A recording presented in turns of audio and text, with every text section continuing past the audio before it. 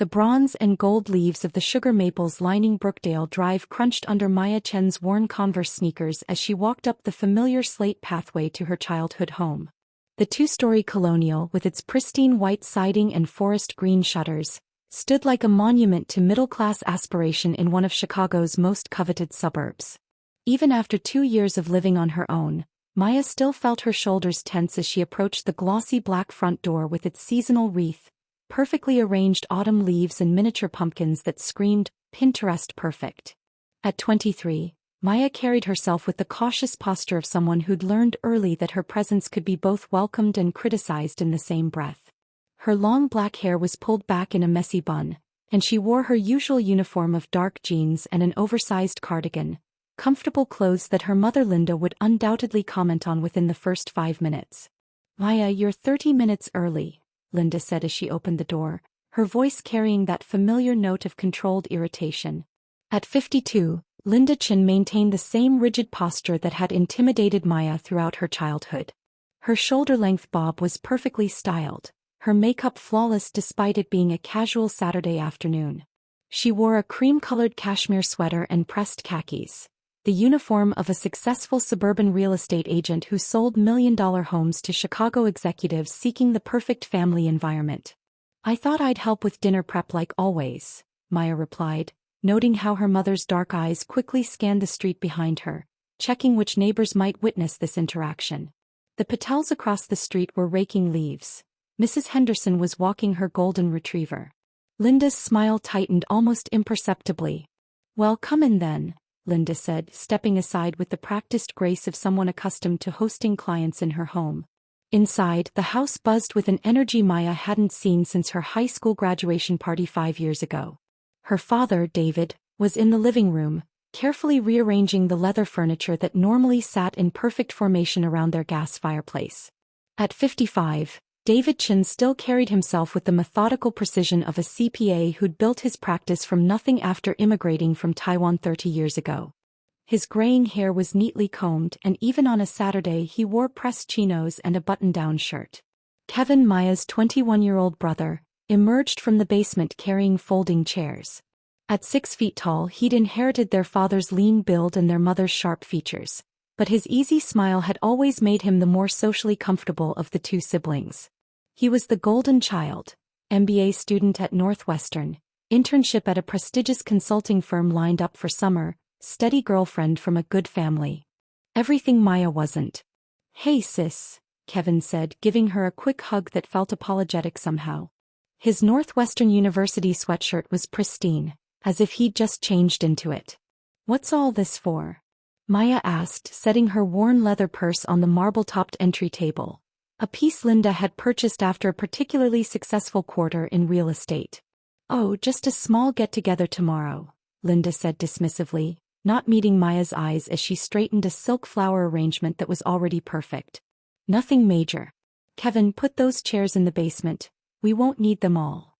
Maya felt the familiar knot form in her stomach, the same sensation she'd experienced countless times growing up when her parents discussed plans that somehow never included her. Her parents had always been social, hosting colleagues from David's accounting firm, Linda's real estate agency, and various neighbors and church friends, but these gatherings had become increasingly exclusive as Maya had grown older and strayed from their expectations. "A get-together for what?" Maya pressed, watching Kevin avoid her gaze as he hefted another chair. The dining room table, which normally seated 6, had been extended with additional leaves and was now covered with Linda's best lace tablecloth, the one reserved for special occasions. "Some colleagues, a few neighbors," David chimed in from the living room, his voice unusually tight. Maya could see him measuring distances between furniture pieces with the obsessive precision he applied to tax returns. "You know how your mother likes to entertain." The elephant in the room was growing larger by the minute. Maya had been coming to family dinners every other Sunday for months, sitting at that same dining room table, listening to updates about Kevin's academic achievements and Linda's real estate sales. No one had mentioned this gathering. Not once. "How many people?" she asked, noting the stack of Linda's good china plates visible through the hutch's glass doors. "At least 20 place settings." "Maybe 30, 40, Linda replied, busying herself with straightening the throw pillows on the cream-colored sofa that no one was allowed to actually sit on. It's really just a casual thing. You know how these events can be, mostly shop talk and boring adult conversations. Honestly, you'd probably find it dull. Maya felt the sting of exclusion, sharp and familiar as a paper cut. At 23, with a college degree and 2 years of independence under her belt, she was certainly an adult. But her parents had a way of making her feel perpetually childish and unwelcome in their carefully curated social circle. The subtext was clear. This event was for successful people, people with real careers, people who fit the image Linda and David wanted to project to their community. Right, Maya said quietly, her throat tightening. Well, I should probably head out then, let you finish preparing. She could see the relief in Linda's eyes, quickly masked by a performance of maternal concern. Maya, wait, Kevin started, setting down the chairs he'd been carrying, but Linda shot him a warning look that could have frozen Lake Michigan. We'll call you next week, sweetheart, Linda said, already moving toward the front door with the practiced efficiency of someone ending a client meeting. You know how crazy these things get. People drinking, staying late, all that networking talk about mortgages and tax strategies. It's honestly better this way. You can have a nice quiet weekend. As Maya drove home through the tree-lined streets of Naperville, past the identical colonial houses with their perfect lawns and luxury SUVs, the October sky darkened to match her mood. Rain began to dot her windshield as she navigated onto I-88, heading back toward the city. Her 2018 Honda Civic, reliable but decidedly unglamorous, felt cramped after the spaciousness of her childhood home. Her phone buzzed with a text from Sarah Martinez, her college roommate and closest friend. Coffee tomorrow? I want to hear about your parents' big anniversary party. The pics Kevin posted look amazing. Maya's hands tightened on the steering wheel, her knuckles going white. Anniversary party? Her parents' 25th wedding anniversary was in 3 weeks, but they'd never mentioned a party. She pulled off at the next exit into the parking lot of a Target and called Sarah back with shaking fingers. Anniversary party? Maya asked without preamble, her voice barely steady. Oh God. Maya, I'm so sorry. I saw the invitation on Instagram. Kevin posted a story about helping set up decorations and I just assumed. Sarah's voice trailed off with the awful realization of what she'd revealed. What did the decorations look like? Maya found herself asking, though she wasn't sure why it mattered. Silver and white, really elegant. There were photos of your parents through the years and Kevin mentioned something about a slideshow. Maya, I'm so sorry. I thought you were just being modest when you didn't mention it. Maya hung up and sat in her car in the Target parking lot, rain drumming against the roof with increasing intensity. Around her, families loaded grocery bags and pushed shopping carts, living their normal Saturday evening lives while her world quietly collapsed. Her parents were throwing their 25th anniversary party, a milestone celebration that should have been about family, about the life they'd built together, about the children they'd raised, and they hadn't invited their own daughter. Maya, who had been born 3 years into their marriage, who had been present for every anniversary dinner, every milestone, every family photo, had been deemed unworthy of celebrating the union that had created her very existence. The hurt ran deeper than simple exclusion. It was erasure. It was the message that her presence would somehow diminish their joy, that their friends and colleagues couldn't be trusted to see her without judgment, that she was the family secret that needed to be hidden. Maya thought about all the times she'd felt like an outsider in her own home. The family photos where she looked slightly out of place, the dinner conversations where her career as a freelance graphic designer was dismissed as still figuring things out, the way her parents' friends would ask about Kevin's achievements while politely changing the subject when she tried to share her own successes. She drove home to her studio apartment in Lincoln Park, a converted warehouse space that cost her nearly half her inconsistent monthly income but represented freedom from the suffocating expectations of suburban perfection. As she climbed the 3 flights of stairs to her door, Maya realized that tomorrow, while she sat alone in her 450-square-foot apartment, 60 people would be toasting her parents' marriage, celebrating their success, their achievements, their perfect family. A family that apparently looked better without her in it.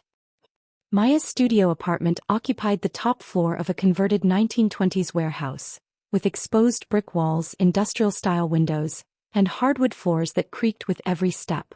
Rent was expensive for the space, $1,800 a month for what was essentially a large room with a kitchenette and a bathroom barely big enough to turn around in. But the location in Lincoln Park and the character of the building made it worth the financial stretch. More importantly, it was hers. Sunday morning light streamed through the tall windows, illuminating dust motes that danced in the air like her scattered thoughts. Maya had barely slept, tossing and turning on her futon while her mind churned with images of the party happening 30 miles away. By 7 a.m. she'd given up on sleep and made coffee in her single-serving French press, settling at her desk, a repurposed dining table she'd found on Craigslist, to work on a logo design for a local bakery.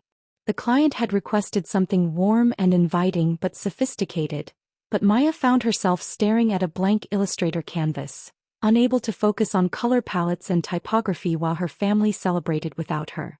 Her phone sat face down beside her laptop, but she could feel its presence like a weight.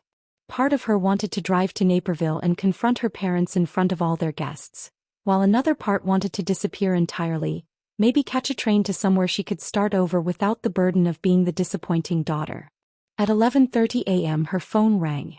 Kevin's name flashed on the screen and Maya's heart raced as she answered. "Maya, I'm so sorry." Kevin's voice was strained, barely audible over background noise. Laughter, clinking glasses, the unmistakable sounds of a party in full swing.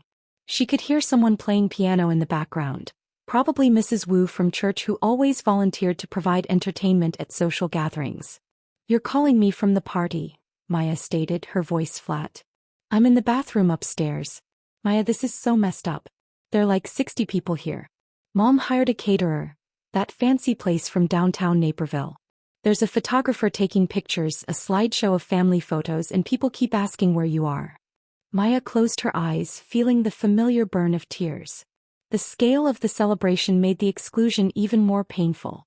This wasn't a casual gathering, it was a major family milestone being documented and celebrated, and she had been deliberately erased from it.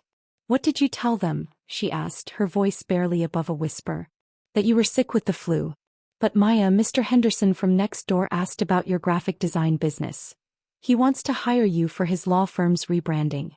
Mrs. Kumar wanted to know if you were still doing that freelance work because her daughter needs a website designed. The Thompsons asked if you were dating anyone, said they missed seeing you at church. These people remember you, they care about you, and Mom and Dad they just pretended you didn't exist." Maya could hear her mother's laugh in the background, bright and performative, the special laugh she reserved for social occasions. It was followed by polite applause, probably for a toast or speech. "Dad just gave a speech about family being the most important thing in life," Kevin continued, his voice bitter.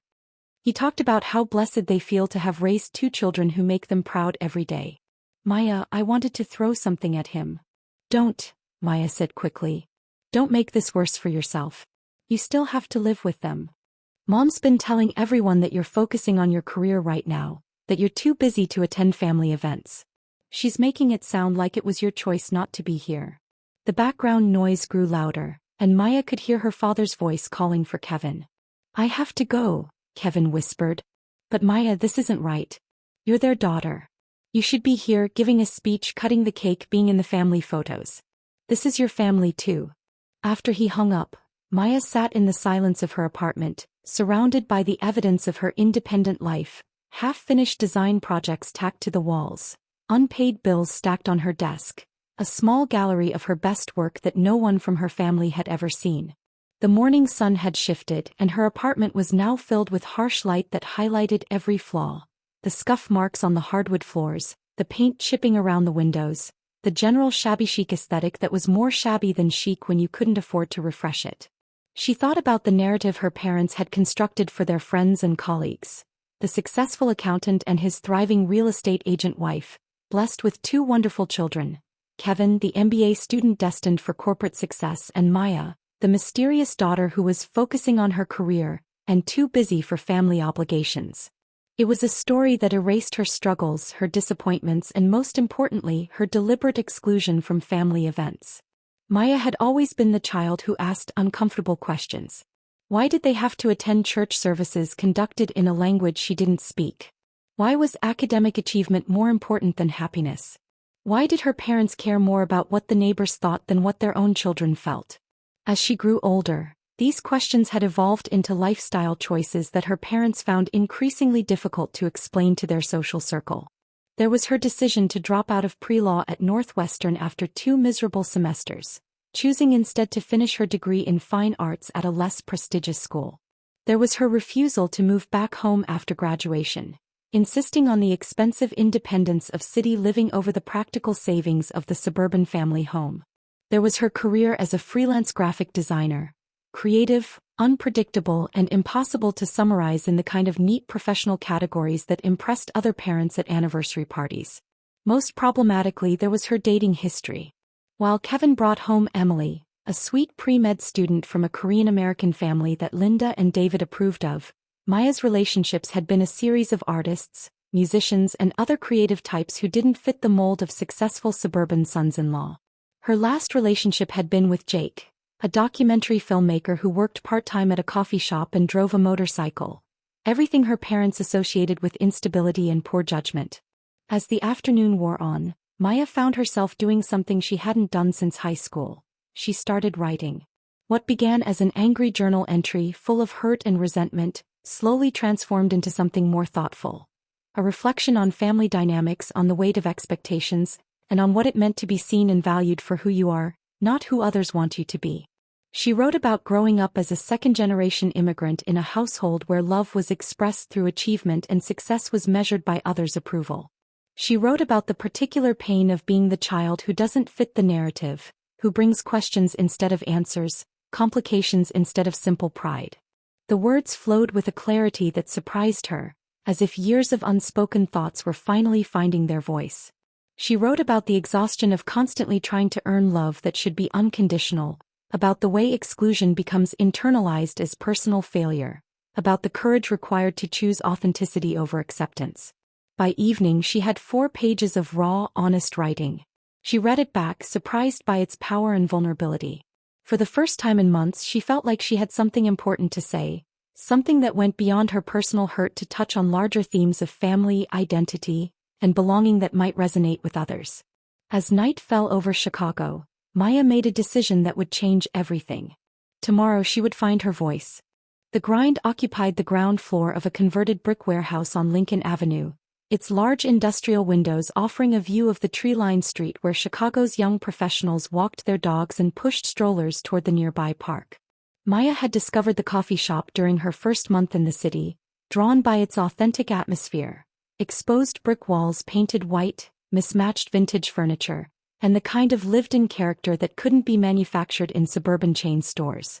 Monday mornings at the Grind were traditionally quiet, populated by freelancers like Maya who treated the space as an extension of their home offices, students from DePaul University cramming for exams, and neighborhood regulars who'd made the daily coffee run part of their routine.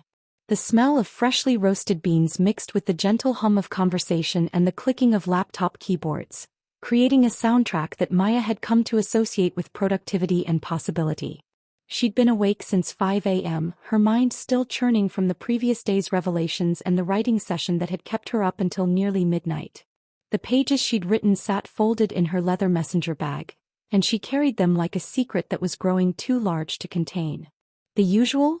asked Marcus Williams, the barista who'd become something of a friend over the past 2 years. Marcus was 26. A musician who worked mornings at the Grind while pursuing his dream of making it in Chicago's competitive music scene. His dark skin was marked with intricate tattoos that told stories of late-night recording sessions and small venue performances, and his easy smile had made him a favorite among the coffee shop's regular customers.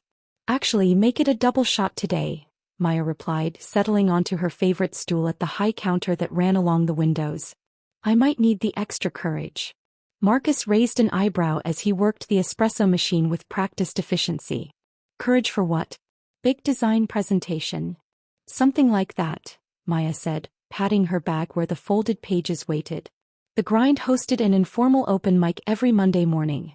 Nothing fancy, just a small microphone set up near the bay window where anyone could share poetry, music, or stories. Maya had watched dozens of people take that microphone over the past 2 years. Aspiring poets reading works about love and loss, singer-songwriters testing new material, even the occasional stand-up comedian working out new jokes for evening club performances. She'd always admired their courage but never imagined herself joining them. Today felt different. The words she'd written carried a weight that seemed to demand an audience, and the hurt from her family's exclusion had crystallized into something that felt like purpose. By 9 a.m., the coffee shop had filled up more than usual for a Monday morning. Maya recognized some of the regulars. Harold, the retired English professor who always read the Chicago Tribune cover to cover while nursing a single cup of black coffee for 2 hours. Jessica, the graduate student who'd been working on the same dissertation about urban planning for 3 years. And Maria, the young mother who brought her 3-year-old daughter Sophia for Monday morning treats and child-sized hot chocolate. New faces dotted the crowd too.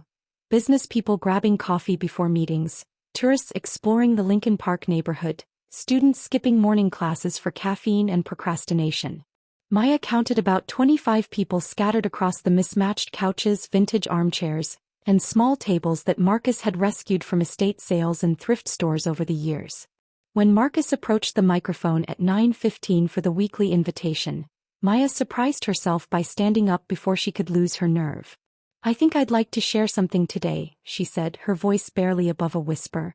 Marcus's face broke into a genuine smile. "Maya. Finally. I've been wondering when you'd get up there. Take your time, the mic is yours." Her hands shook as she walked the 15 feet from her stool to the microphone, a distance that felt like crossing a canyon. The pages rustled in the sudden quiet as conversations stopped and attention focused on her. Maya could feel every eye in the room, could sense the mixture of curiosity and encouragement that audiences bring to vulnerable moments. "I'm Maya," she began, her voice barely above a whisper, the microphone picking up the tremor in her words. "And yesterday my parents threw a party and didn't invite me." The room was completely silent now, the kind of attention that felt both supportive and terrifying. Harold had set down his newspaper. Jessica had closed her laptop. Even 3-year-old Sophia had stopped chattering about her hot chocolate to listen to the lady with the microphone. "They said it was just a small event," Maya continued, her voice growing stronger as she looked out at faces that reflected recognition, empathy, understanding. "But I found out it was their 25th anniversary party. 60 people celebrating a milestone in their lives, and their own daughter wasn't welcome." She began to read from her pages, the words she'd written in pain the night before now taking on new life in the shared space of the coffee shop.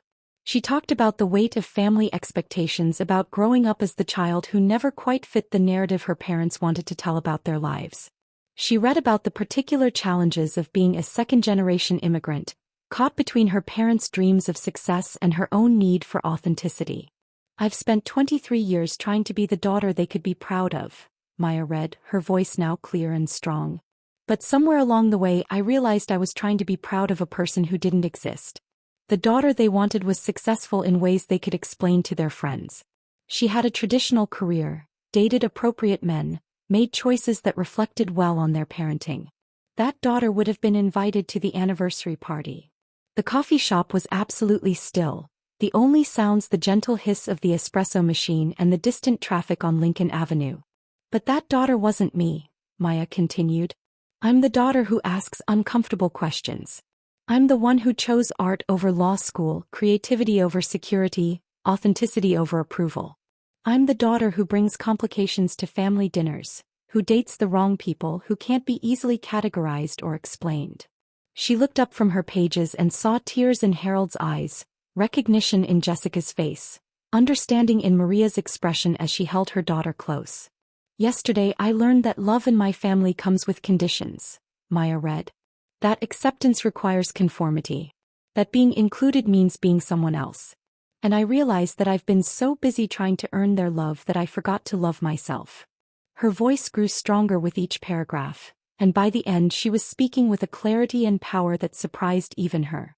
The words weren't just about her family, they were about every person who'd ever felt like they didn't fit. Every child who'd been asked to be smaller to make others comfortable, every individual who'd chosen difficult authenticity over easy pretense. When she finished, the silence stretched for a heartbeat before the room erupted in applause. But more than polite appreciation, Maya could see genuine emotional response. Harold was wiping his eyes with a handkerchief. Jessica was crying openly. Maria had tears streaming down her face as she held Sophia, who seemed to understand that something important had just happened. "Thank you," Harold said, his voice shaky with emotion as Maya returned to her seat. That was everything I wished I could have said to my own parents 40 years ago. Other people approached her as the morning continued, sharing their own stories of family exclusion and acceptance. Jessica talked about coming out to conservative parents who still introduced her girlfriend as her roommate. Maria shared her experience of being a single mother whose family disapproved of her choice to keep her daughter. Even Marcus, usually focused on coffee preparation, took a moment to tell Maya about his parents' reaction to his decision to pursue music instead of the engineering degree they'd sacrificed to provide. What Maya didn't realize was that Marcus had been recording the open mic sessions for the Grind's social media. A simple practice designed to showcase the coffee shop's community atmosphere and attract customers who appreciated authentic local culture. As people shared their stories and connected over coffee, Marcus uploaded the video to Instagram and TikTok with a caption that would prove prophetic. Sometimes the most powerful stories come from the most unexpected places. Maya Chen sharing her truth at this morning's open mic #authenticity #family #courage #thegrinkikego. Maya left the coffee shop that morning feeling lighter than she had in years, surrounded by the warmth of strangers who'd become momentary community, unaware that her words were about to reach far beyond the exposed brick walls of her neighborhood sanctuary. She walked home through the tree-lined streets of Lincoln Park, the October air crisp with the promise of winter, carrying the strange sensation that something fundamental had shifted in her understanding of herself and her place in the world. For the first time in her adult life, Maya felt like she had something important to say, and people who wanted to hear it. Maya woke up Tuesday morning to the sound of her phone buzzing incessantly on the nightstand beside her futon. Still groggy from the first deep sleep she'd had in weeks, she reached for the device expecting to see her usual notifications. Maybe an email from a client, a text from Sarah, or spam calls she'd ignore. Instead, her phone screen was filled with an endless stream of notifications from social media platforms she rarely checked. Instagram, 847 new followers, 2,341 likes, 156 comments. TikTok, 52,000 views, 8,700 likes, 934 comments. Twitter, 73 retweets, 291 likes, 45 replies. Maya sat up, fully awake now, her heart racing as she tried to process what she was seeing. The video from The Grind had exploded overnight, shared and reshared across platforms in a way that defied her understanding of how social media worked. The view count was climbing in real time. 50,000, 75,000, 100,000. She clicked on the TikTok video, watching herself from yesterday morning with a mixture of horror and fascination. The camera had captured everything, her shaking hands as she approached the microphone, the tears that had started flowing as she read her words, the faces of the coffee shop patrons as they listened to her story. But more than that, it had captured something authentic and raw that people seemed desperate to see. The comments were overwhelming. This is exactly what I needed to hear today. My family does the same thing to me. I'm crying at my desk at work. This is literally my entire life. Asian American daughter here. Every single word of this is my story. Thank you for saying what so many of us feel but can't express. I sent this to my therapist. Finally, someone put words to what I've been trying to explain for years. Why am I sobbing? This stranger just explained my relationship with my parents better than I ever could. By noon Tuesday, the video had reached 500,000 views. Maya's phone was ringing constantly. Journalists from lifestyle blogs, producers from morning television shows, literary agents who'd somehow tracked down her contact information. Her Instagram DMs were flooded with messages from strangers sharing their own stories of family exclusion, cultural pressure, and the courage to choose authenticity over acceptance. Among the flood of messages was one that made her pause. Maya, this is Dr. Sarah Chen, no relation despite the name. From Northwestern University's Asian American Studies Department. Your story resonates with research I've been conducting on intergenerational trauma and cultural expectations in immigrant families. Would you be interested in discussing your experience for an academic publication? This kind of authentic voice is exactly what we need in scholarly discourse about family dynamics. Another message came from Rebecca Martinez, a literary agent in New York. Maya, I represent authors who write memoirs and personal narratives about identity, family, and belonging. Your story has the kind of universal appeal that could translate into a powerful book. Would you be open to a conversation about expanding this into a longer work? But the message that hit her hardest came from someone named Jennifer Wu. Maya, I'm 34 and I've never been to any of my parents' anniversary celebrations. They always say it's just for adults even though I have children of my own. Your video made me realize I'm not the only one. Thank you for making me feel less alone. Wednesday morning brought even more surreal developments. The video had crossed the million-view threshold, and Maya found herself being quoted in articles about family dynamics, generational differences, and the particular challenges faced by children of immigrants. A producer from Good Morning America had left 3 voicemails requesting an interview. The Chicago Tribune wanted to do a feature story about viral moments and local voices. Most importantly, her phone rang at 2 p.m. with a call she'd been both hoping for and dreading. Maya. Kevin's voice was subdued, lacking its usual easy confidence. Mom and Dad want to talk to you. Can you come over? An hour later, Maya sat in her parents' living room, the same space that had been decorated for the anniversary party she'd been excluded from just 3 days earlier. The chairs were back in their original positions, the special decorations put away, but the tension in the air was thick enough to cut. Linda sat on the edge of the cream-colored sofa, her usual composure cracked around the edges, while David occupied his leather recliner with the rigid posture of a man preparing for a difficult conversation. We saw the video, Linda said, her voice smaller than Maya had ever heard it. Actually, everyone saw the video. Mrs. Kumar called this morning. So did the Patels. And my boss. A million people saw the video, Mom, Maya replied, surprised by how steady her own voice sounded. David cleared his throat, a nervous habit Maya remembered from childhood discipline conversations. Maya, we never meant for you to feel excluded, unwanted, like I was a disappointment. Maya's voice was calm but firm, strengthened by the thousands of supportive comments from strangers who understood her story. What did you mean for me to feel? We thought we were protecting you, Linda said quietly, her hands twisting the tissue she held. These events, they're full of questions about careers and achievements and life plans. People ask about salaries, about marriage prospects, about 5-year plans. We didn't want you to feel uncomfortable answering those questions. So instead you made me feel invisible.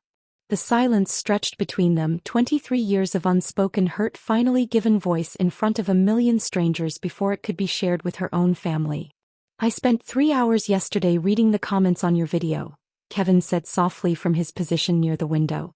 Thousands of people sharing their stories. Maya, you gave them something they desperately needed, the words to explain their own pain.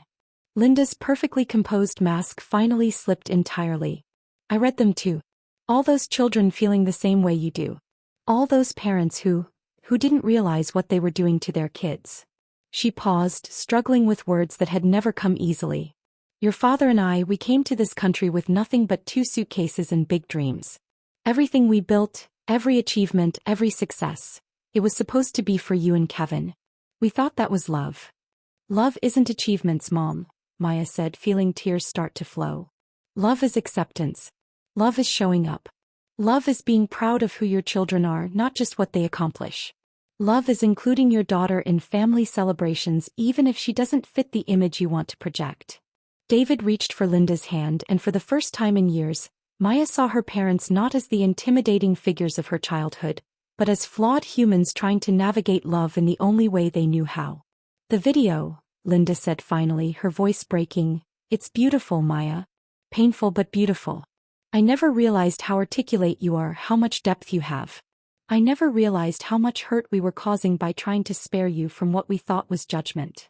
I don't need protection from judgment, Maya said. I need to be included in my own family. I need to be seen and valued for who I am, not hidden away because I don't meet some standard of presentability. We were wrong, David said simply, his voice carrying more emotion than Maya had heard from him since childhood. We were so focused on the external measures of success that we forgot the most important success of all, raising children who feel loved and valued for who they are. Over the following weeks, as Maya's story continued to resonate online and opportunities began to emerge, interview requests, speaking engagements, a book deal offer from a major publisher, and a column proposal from a national magazine, her relationship with her parents slowly began to change. It started small, Linda calling to ask specific questions about Maya's graphic design work, showing genuine interest in projects she'd previously dismissed.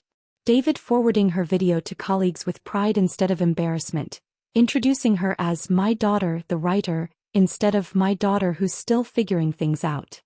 Kevin later told her that their parents had spent entire evenings reading every comment on the video, finally understanding the broader impact of their choices on not just Maya, but on families everywhere dealing with similar dynamics. The viral moment had given Maya something she'd never expected. Not just a voice but an audience that valued that voice. More importantly, it had finally forced her family to see her, really see her, for the first time. 6 months later, when Linda and David decided to host a proper celebration for their actual anniversary date in December, the first invitation they sent was to Maya. But this time they didn't just invite her. They asked her to give a speech at the ceremony. Standing before family and friends in the same living room where she'd felt so excluded months earlier, Maya looked out at faces that now reflected genuine warmth and acceptance. The Hendersons were there along with the Patels, Mrs. Kumar, and dozens of other neighbors and colleagues who had watched her viral video and finally understood the daughter they'd been missing from previous celebrations. 6 months ago, Maya began, her voice steady and confident, I stood in a coffee shop and shared the most painful experience of my life with a room full of strangers. Today I get to share something much more hopeful with the people who matter most. The story of how love can grow when we choose understanding over judgment. She talked about the journey her family had taken together, the difficult conversations that had followed her viral moment, and the slow work of rebuilding trust and connection. She spoke about her parents' courage in confronting their own assumptions and her own growth in learning to communicate her needs clearly rather than suffering in silence. My parents taught me that love sometimes requires us to change, Maya concluded, looking directly at Linda and David. Not changing who we are but changing how we show up for each other. They learned to include instead of protect, to celebrate instead of hide. And I learned to speak my truth with love instead of anger. The applause that followed felt different from the response at the grind.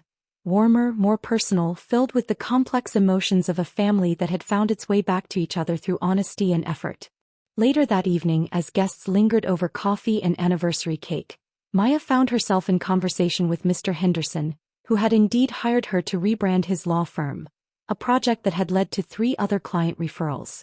Mrs. Kumar's daughter had become one of Maya's regular clients, and the website design Maya had created had helped launch a successful online tutoring business.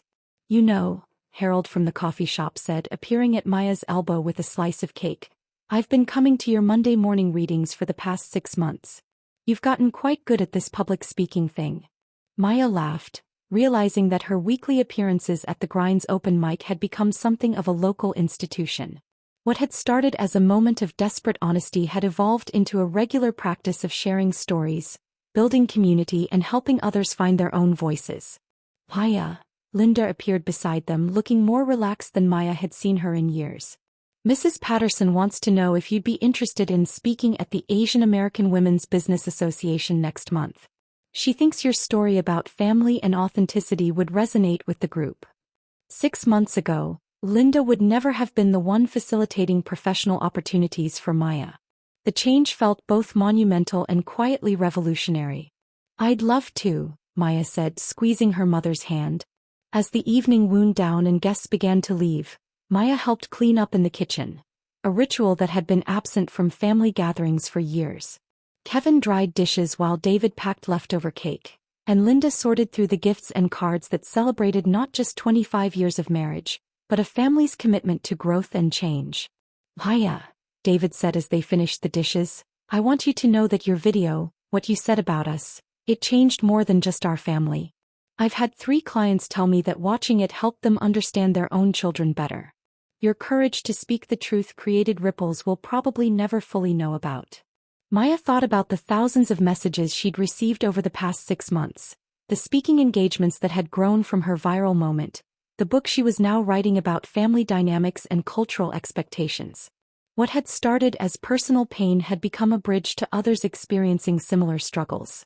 The funny thing is, Maya said, looking around at her family, I thought speaking my truth would cost me my family, but it actually brought me closer to you than I'd ever been. Linda smiled, and for the first time in Maya's memory, It reached her eyes completely. "We almost lost you by trying to protect our image. Thank God you were brave enough to refuse to disappear." As Maya drove home that night through the familiar streets of Naperville, past the identical colonial houses with their perfect lawns, she reflected on how much had changed since that devastating October evening 6 months ago. The same houses lined the same streets, but she was no longer the daughter driving away in tears, feeling erased from her own family's story. Her phone buzzed with a text from a stranger who had just discovered her video. "Thank you for helping me understand why family dinners feel so hard. You gave me the words I needed to talk to my parents." Maya smiled, realizing that her moment of vulnerability in a coffee shop had created something larger than she'd ever imagined. A community of people learning to love and be loved authentically, families choosing understanding over image, and individuals finding the courage to speak their truth even when it felt dangerous. The small event her parents had excluded her from had led to the most important conversation of their lives. Sometimes, Maya realized, the most significant transformations happen not when we're invited to the table, but when we find the courage to speak our truth from wherever we stand. Her story had started with exclusion and evolved into inclusion, but more importantly, it had taught her family that love grows strongest when it makes room for authenticity, complications, and the beautiful messiness of real human beings choosing each other every day. Maya's book, The Uninvited Voice, a memoir of family, identity, and finding your truth, debuted at number 3 on the New York Times bestseller list. The Chicago Tribune called it a powerful exploration of immigrant family dynamics and the courage required to choose authenticity over acceptance. She still lived in her Lincoln Park studio apartment, though she could now afford something larger. The Grind remained her Monday morning sanctuary, where her weekly readings had evolved into a community gathering that drew people from across the city seeking connection and authentic conversation. Linda and David attended Maya's book launch party, sitting in the front row with tears in their eyes as their daughter read from chapters that detailed their journey from exclusion to understanding. Kevin brought Emily, who had become one of Maya's closest friends and strongest supporters. At family dinners now, conversation flowed differently.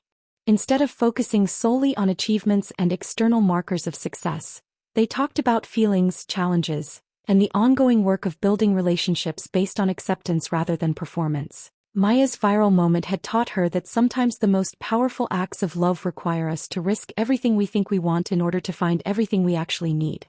Her family had learned that true pride comes not from hiding complexity but from celebrating the full humanity of the people we love. The small event had become a catalyst for transformation that rippled far beyond one family's living room, touching thousands of lives and creating space for more authentic conversations about love, acceptance, and the courage to be seen for who we really are.